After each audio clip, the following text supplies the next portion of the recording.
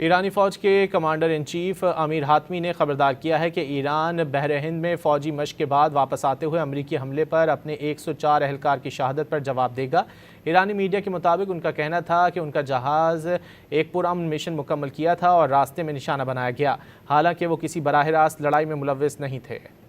ایرانی فوج کے commander in chief Amir Hatami نے خبردار کیا ہے کہ ایران بحر ہند میں فوجی مشق کے بعد واپس آتے ہوئے امریکی حملے پر اپنے 104 اہلکار کی شہادت پر جواب دے گا۔ ایرانی میڈیا کے مطابق ان کا کہنا تھا کہ ان کا جہاز ایک پرامن مشن مکمل کیا تھا اور راستے میں نشانہ بنایا گیا، حالانکہ وہ کسی براہ راست لڑائی میں ملوث نہیں تھے۔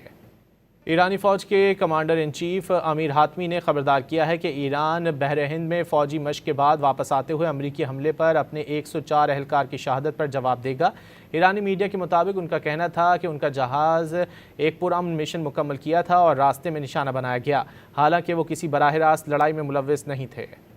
ایرانی فوج کے commander in chief Amir Hatami نے خبردار کیا ہے کہ ایران بحر ہند میں فوجی مشق کے بعد واپس آتے ہوئے امریکی حملے پر اپنے 104 اہلکار کی شہادت پر جواب دے گا۔ ایرانی میڈیا کے مطابق ان کا کہنا تھا کہ ان کا جہاز ایک پرامن مشن مکمل کیا تھا اور راستے میں نشانہ بنایا گیا، حالانکہ وہ کسی براہ راست لڑائی میں ملوث نہیں تھے۔